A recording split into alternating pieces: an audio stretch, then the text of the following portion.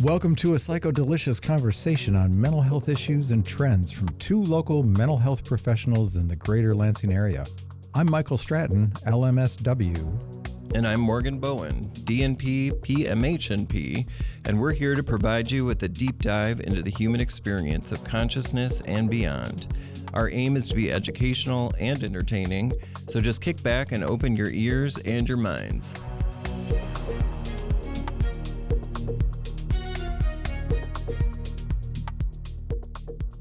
Hey, I'm Mike Stratton. And I'm Morgan Bowen. And we are here actually on Valentine's Day. Happy Valentine's Day. Happy Valentine's Day, everybody. I thought it would be interesting if we talked about couples today and couples work, and also to be a little more revealing about ourselves. Yes. I begrudgingly agreed. So you're going to be the first subject. You're going to be. He's also going to be the very first one to just throw it all out on the table. Well, we're going to talk about our couplehood. Yes. Our couplehood. How did you and John meet? John is your husband. John is my husband. We've been married for. I should have reviewed this in my mind before coming into this. You don't know podcast. How long you've been together. Well, we've been together since 2007. So I always say John and I met the old-fashioned way, drunk in a bar.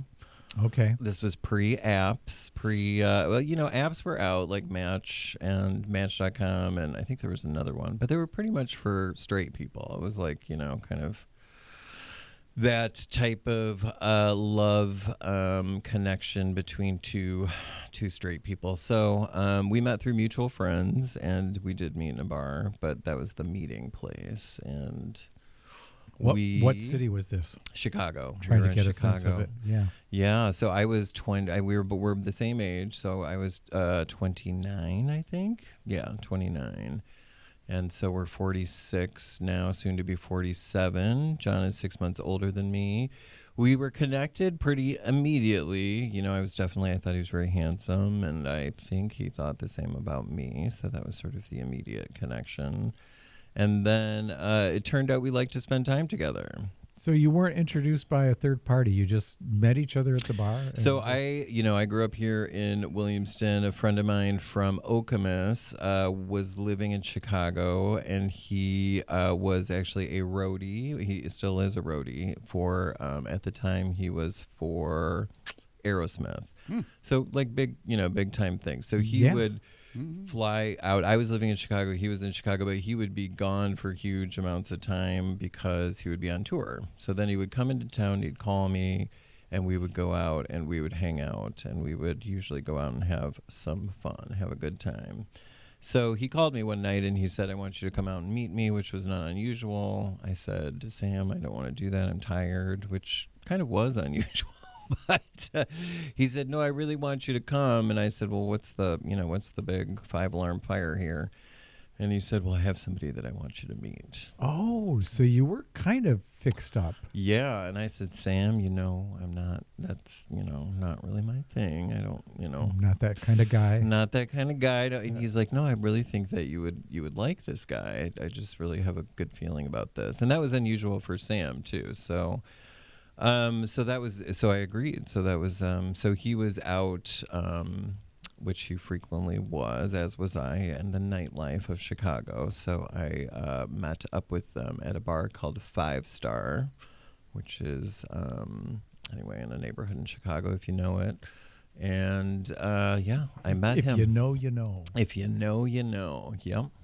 So that's how John and I met. He was living in a neighborhood in Chicago that I worked in, and so I was living in a neighborhood that wasn't too far away, but we started spending a lot of time together, and we were. You're skipping a lot. I know. What do you want to know? What do you want to know? What did he say or do? It was just his the attraction of. It was his kind looks? of an attract. Yeah, it was sort like of an attraction handsome, thing. It was handsome. It was. I was.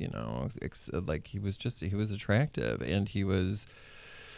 Oh, let's say he had this boyish quality about him, very, but not, but in a kind of innocent type of way. I mean, I really liked that. I remember looking at him and thinking he looked very European for some reason. Huh. He looked very. He looks Irish. Yeah, to he me. like had a British Irish kind of look to him, and I had lived in England for previously, and I just was really kind of struck by him. And he's definitely very handsome, but he's not necessarily like all American, like classically handsome. So he was right up my alley. Was there a moment where there was a click where you got right when we first saw each other? I think there was kind of a click. Well, there's the attraction part, but there, I guess I am very focused on that to begin with, because that was really, that was kind of, that was the age that I was at. But the personality piece of it, I mean, was there a sense of like, this guy gets me, or I get him, or? Yeah, he's very easy to get along with, and I really thought he was very mysterious. So he's very quiet, and he's not as he's not extroverted. He's so I thought kind of still waters run deep, and there's a depth here, and there's like a something about that was just really, attractive to me. And, I tend to be more verbal and extroverted, and not always, but between the two of us, there was a balance. There was definitely a balance. A complementarity, kind of relationship. Yes, He's more internal, you're more external. Yeah, and now, what is it? I've already established that and I forgot already, it's been 16, 17 years. So that continues, like I had been in relationships, 2 years, 3 years, and they were, young type of relationships, I guess, more, exciting, lots of passion and drama, and that seemed to be but it would turn out that was, not good for a sustained long-term relationship. I understand. So I think another part of it was I was just like at a time in my life that, I was looking for, or at least evolved into something that was more mature and more stable, and that was important to me. And John is a very mature, and he's definitely a stable guy. He's for sure. I always feel safe with him. I trust him. Him completely. Like I don't have any, I've never had any concerns about, I don't know, like that he would leave, or that, that. It's a little hesitancy. Yeah. There was 17 years, but or that he would like cheat on me, or I just trust him. I just really trust him. Yeah. What would John say in terms of what attracted him to you? What do you think? Oh God, that is such an interesting question, and an obvious question. But one of the great and kind of hard things about John and I is like we have very different brains. So I don't know that I could tell you exactly about that. But I think he thought that I was good looking. I think he liked the things that I had that he didn't. I think maybe some confidence, and was more the extroversion, and personality. Yeah, I think he liked the personality, and the social aspect. We I met his family fairly quickly. Actually, his mom got married, a month or 2 months after we met each other. His mom remarried, obviously, but so he was like, well, my mom's getting married, but I don't necessarily want to invite you to the wedding because we've just been dating and I was like, what, whatever works. But eventually, he did end up inviting me, and so we went together, and I can be polite and have manners and be a nice social conversationalist. So when you need to, when I need to, we haven't seen that side of you yet, but we're working at it. So I think I guess maybe I was somebody that he could bring home to mom, literally. So I think that kind of stuff turned out to be important to him, family, and which is important to me too. But how did they show up for you? I mean, what did you think of his family when you saw him? So he's from Chicago. He is from the South Side. So so his mom is she's reserved. She's quiet, but she's she was always very kind. She was very welcoming. Her parents were there, so her mom is still alive. Actually, John's grandma is like 98 or 6, or she's old, but she is kicking. They're from Minnesota. They're a Minnesota farm family, fairly conservative. So, I felt the conservatism of that, but they were polite and and have always been very kind to me. His immediate family, his whole family has always been really great to me. I think his grandparents are just of a generation that maybe are a little less comfortable with gay relationships, but they have never said anything or made me feel uncomfortable. Okay. Yeah. Okay. What does he think of your family? Oh, we spend a lot of time with my family because they are around here. I think he thinks they're colorful and they are not traditional, not a typical family. I think that he has really bonded with them individually, and they have he has helped them a lot over the years, particularly my parents and my brothers too. He's just the guy that will say that he's going to help, and he'll show up and he'll be there whether or not you are ready to help or not. And so that isn't always the case, and in the family. He's always helped to move furniture, give rides, show up to the emergency room if somebody's, he's just that guy. So I think that they really respect that, and they really appreciate that, and recognize that as being just really important. So when did you guys decide to get married? Who asked who? Actually, John asked me on Christmas of 2000 and maybe 13, maybe a little bit earlier. So he wrapped up a picture of a picture of a ring. This is kind of funny. So I opened this present, and it's like a picture, like a Xerox copy, like it was a printed copy of a ring, and I was a little confused. And he didn't really, this kind of speaks to his personality. He didn't have a big speech or anything. He just kind of looked at me, and I was like, what is, is this kind of what I'm thinking it is? And he said, well, I think he said something like, we've been together long enough. So I figured it was, it was I can't remember how he said it, but it was kind of the logical next step would be to get married. Very romantic. Yeah, very romantic. He is. Pragmatic, I guess, comes to mind. I was going to say, I can appreciate that approach. I'm just saying, I get it. Looks like it's time. Dedalian, do we want to jump? Please, we might want to do. Yeah, I think you should. Mine's a mess, so no, I'm good. So to end that story, I said, well, why did you give me a copy of that? And he said, well, I know you're really picky, so I didn't want to pick something out and have you dissect it, because I couldn't do that, and I'd just rather you picked out your own ring. And I said, well, actually, that's pretty true. So I can understand where you were coming from. Happily ever after. Happily ever after. Kind of more or less. Yeah. You guys seem like a great couple. I know you guys as a couple. You do.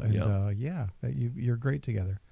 Well, thank you. Yeah. So so that's the story of John and I. Okay. I truly admire the fact that you guys have been together for so long. Yeah. Yeah, it's true. It's I think, and this is a stereotype, but gay couples are not always known for their longevity. So so it is I really like that too. And I think both of us are very interested in commitment and honoring that and working through that. As anybody who's been in a long-term relationship knows, it is not always chocolate and roses. So you got to get through the tough stuff, and that takes a decision pretty much to do that. And right. I am all for splitting up when, I have no criticism of people who,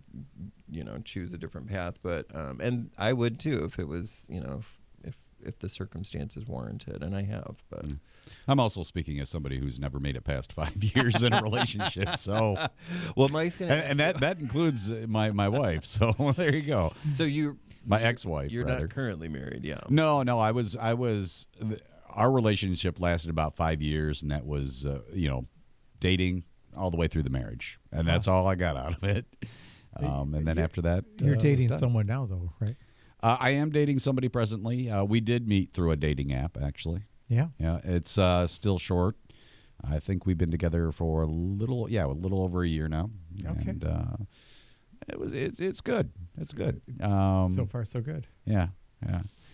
You talking about attraction. I think that what attracted her to me is the notion that she loves rom-coms, and the first date very much. I mean, I will say it was easily the best first date I ever had.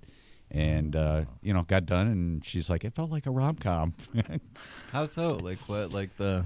We ended up going to a local pumpkin patch, the one in Charlotte. I can't think of the name of it right now, but Old Mill, I think it is. Mm-hmm. But started the day there, and we ended up going and doing all the different things. You get to shoot pumpkins out of a cannon, slingshot. There's a corn maze, good food, everything else. Got done, and still we were having fun, so we ended up heading over to Jackson after that, and then we went to the big haunted house down there because it was around Halloween. Yeah, that's the super mega scary one, right? We had a blast doing that, and then after that, we headed all the way back to Lansing.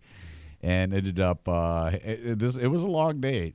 We ended up shooting some pool, hanging out there, had a good time. And then finally, she had gotten a bed and breakfast in Charlotte, and we went back there. And then I think this was the kicker, was basically it was kind of like this light rain going on, and it was a very beautiful house with one of those big front porches. And so we had a kiss, and it was very rom-com-ish. So did you plan that whole date, or how did the date come about? I would say I planned at least the pumpkin part, going to the Old Mill Orchard, and then the haunted house I had in queue if I was enjoying myself. If I didn't, then it was, not going to happen. That she's actually the only person I've ever gone out with, and the very first person I ever went out with on a dating app. So it was kind of interesting that it worked out the way it did. Interesting. Very interesting. Yeah. I like that whole date. Keep the haunted house thing, I'm not a fan that was a blast. Yeah. So I am terrified of these haunted, but I'm not really terrified, but love I don't like jump scares. It just sets my the anxiety the and adrenaline. oh my God. I act like a crazy person. So I'm not sure that would be the best Well, see, representation it would be of my hilarious. life. I joke about it, but there's a lot of truth to it. I've always joked about the notion that somebody could jump out at me with a knife, and I really wouldn't react. I just got to go, what's going on? What can we do? I would make a noise like, Yep, no, that's not me. I'm just super... like those pictures of people with like these crazy, like it's not necessarily fear. It's more just like, I don't know what it is. It sends my nervous system into a weird space. It's not good. So we're going to put Mike on the spot here? We are, Mike. Tell us about your success, All right. What are the your questions? successful relationship. Well, what do you think How many years have you guys been together? Yeah. We've been married we got married in 2010, in May of 2010. So this year will be 15 years. But we were together 7 years before that. Oh, yeah. 7 years before that. Okay, yeah. Yeah, so that's 23 years. Is that right? Is that 23 and 15? I don't know. Yeah. I was trying to do the math and I lost it. 22, 23. How'd you meet? Also on a dating app. Was it Match.com? So I had a long-term. That's the early days of dating apps too, isn't it? It was AOL. I don't know. It was Was it a chat room? it was not a chat You got mail. You guys. It was Match.com. Chat room. It was Match.com. I had been in a long-term marriage, 23 years in a marriage, and left that, and then I was in another relationship for 3 years, and that one ended up not working out. I'd left that one, And then decided, because I had married the first woman that I'd ever really dated, is what had happened. And I thought, I've never just dated people, just casually dated people. And so I thought, and how are you going to meet people when you're a therapist and you're like, well, I'm not going to date any of my clients. That's obvious. And I don't go to bars. And so what am I going to do? And, I was like 40 years old or 40 something at that time. And so I got on this dating app and started meeting people. And so I dated 5 or 6 different women, just 2 or 3 times, just going out for coffee or meeting for lunch, or went to a movie with somebody, went to go see Silver Bells with somebody, went to a play with somebody, just different things like that. Just try to get to know different people. And then Kathy, we matched up, and they gave you a percentage of how much you match up with people. Yeah. And so we were like 94% matched. Oh, and I God, thought, well, I forgot should about that. Yeah, and I said, well, I should check her out. So, so I did. Turns out that we had gone to high school together. Oh wow! Yeah, isn't that crazy? We had no idea. Class, like in the same. I had no idea. You were in the same year. Wow. We were in the same year.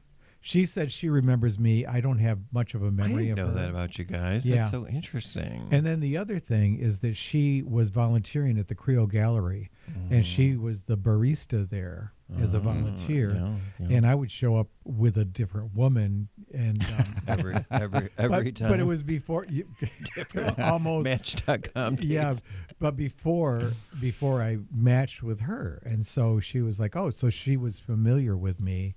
And then when and she your made dating those patterns connections, and so we actually met. The first date was going to be, we were going to go to a poetry reading at the Creole Gallery, and we met at Sir Pizza around the corner.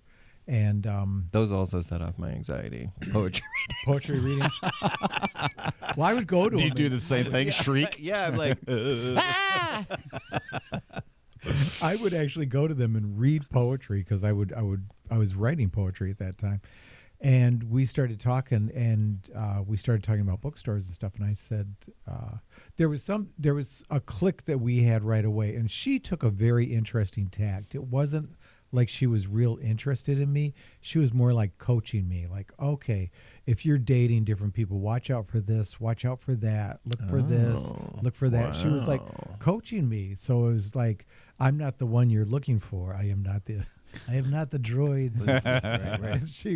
So, which I, in retrospect, like, that was such a canny thing to do, What do you mean canny? Just no pressure at all.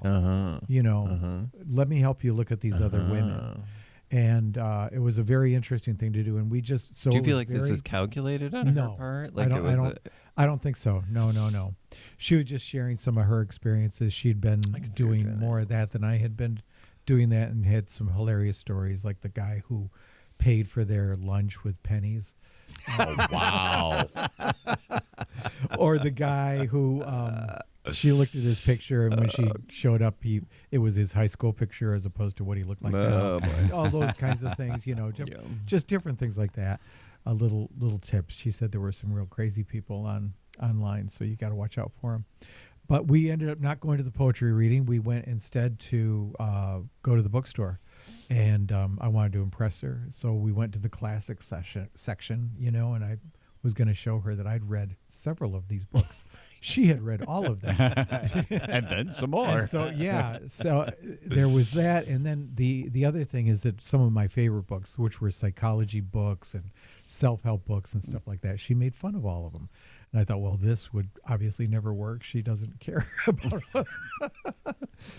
She does not want to talk about what I do at all. No, not at all. Not at all. She's impervious to therapy. And anyway, so we had a She's impervious to your shtick, your gimmick. To my gimmick, exactly. We had a second date, and I was continuing to date other people. We had a second date that went fairly well, and then the third date was really good. And I went over to her house for lunch, and we ended up spending the whole day together and just kind of bouncing around from thing to thing, kind of like what you were describing with the First date. woman you're dating now. Yeah. Just there's a kind of a spontaneity to it and a kind of a clicking to it, and she was real easy to be with and good sense of humor and all that stuff. And I overshare. Have you noticed that about me? I overshare. And I've had worse oversharers in my life, but Yeah, no I kidding. can see what you mean. We were driving around looking at places where she had lived and where I had lived, and I was at one place and I started to tell her about something. I was getting kind of choked up while I was talking about it. This is a third date, and she said, you don't have to tell me everything. I really do think. I mean, I know you guys as well. So I really do think she has your number. Like she knows how to manage. She knows how to manage your energy. It's a good. That's true. Now, would you say, because at one point Morgan had mentioned that the two of them, it sounds like you kind of complement each other. You're a little bit different, but seem to balance. Yeah. But we enjoy spending time together. I mean, that's really, kind of what, we enjoy spending time with. Do you find that your relationship is the same? I would say similar in those ways. I'm more extroverted than she is in some ways, but I've also got a big introverted streak. Mm-hmm. In fact, I took a MMPI once, and that's the abnormality in my profile was that I was extremely introverted and also extremely extroverted. And that's unusual.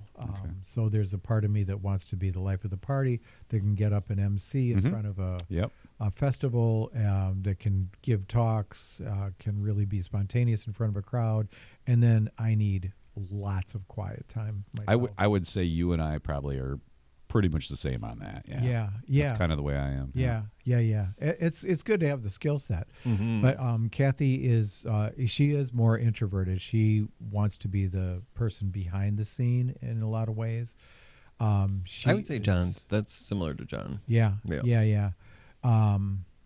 So she lets me take up all the oxygen in the room if I need to do that. But we also spend a lot of quiet time around each other and give each other a lot of space. One unusual thing of we're out. Yeah, you talk about yourself and you see what happens. See what happens. Right. So what are we going to do in the next one? We're going to talk about treatment of couples. Of Mike and his wife.